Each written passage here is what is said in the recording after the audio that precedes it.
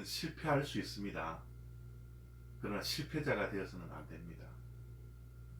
실패자가 되지 않기 위해서는 우리 실패한 것을 생각하고 또 원인을 찾아내야 합니다.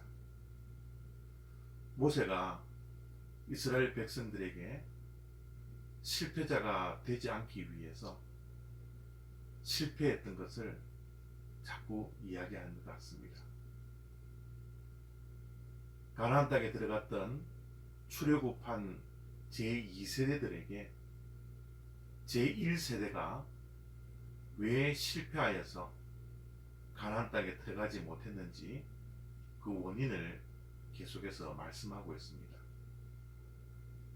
왜 그들은 멸망했을까요? 가데스 바네아에서 왜 그들은 방황한 채 가나안 땅에 들어가지 못하게 되었습니까? 한마디로 이야기하면 불신입니다. 하나님에 대한 불신이요. 불신의 결과는 늘 불만함으로 나옵니다. 원망으로 나옵니다. 이스라엘 백성들은 하나님을 신뢰하지 못하고 불신했기 때문에 늘 원망하고 불평했습니다. 그들이 신뢰해야 할 하나님은 어떠한 분이었습니까? 모세는 7절 말씀 속에 이렇게 말씀합니다. 내 하나님 여호와께서 내가 하는 모든 일에 내게 복을 주시고 내가 이 큰 광야에 두루다님을 알고 내 하나님 여호와께서 이 40년 동안을 너와 함께 하셨으므로 내게 부족함이 없었느니라 하시기로. 하나님은 어떠한 분이십니까?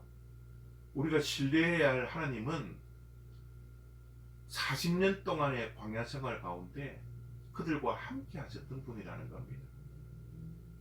함께 하시고 돌보시고 공급하시고 그들이 결코 광야 생활을 하면서 부족함이 없게 하신 분이 바로 하나님이라는 겁니다.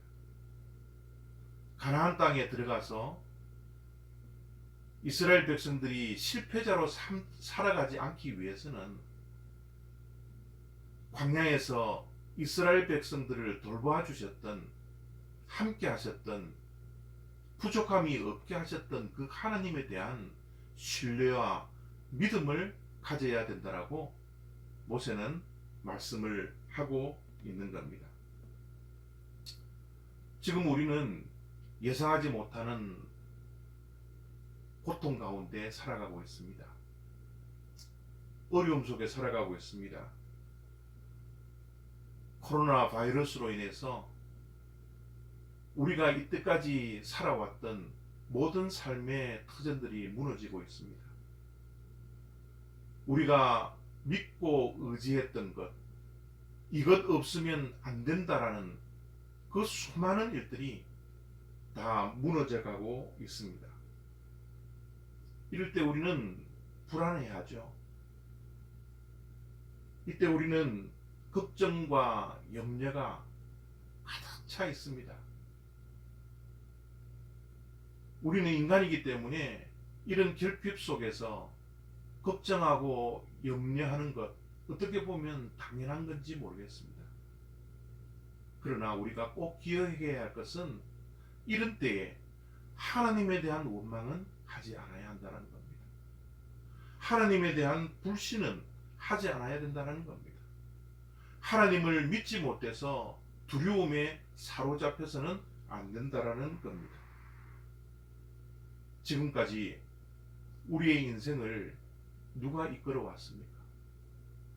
이 광야 같은 인생길 가운데 함께 했던 분이 누구입니까? 내가 잘나서입니까? 내가 똑똑해서입니까? 그렇지 않다는 것은 우리가 너무나 잘 알고 있지 않나요?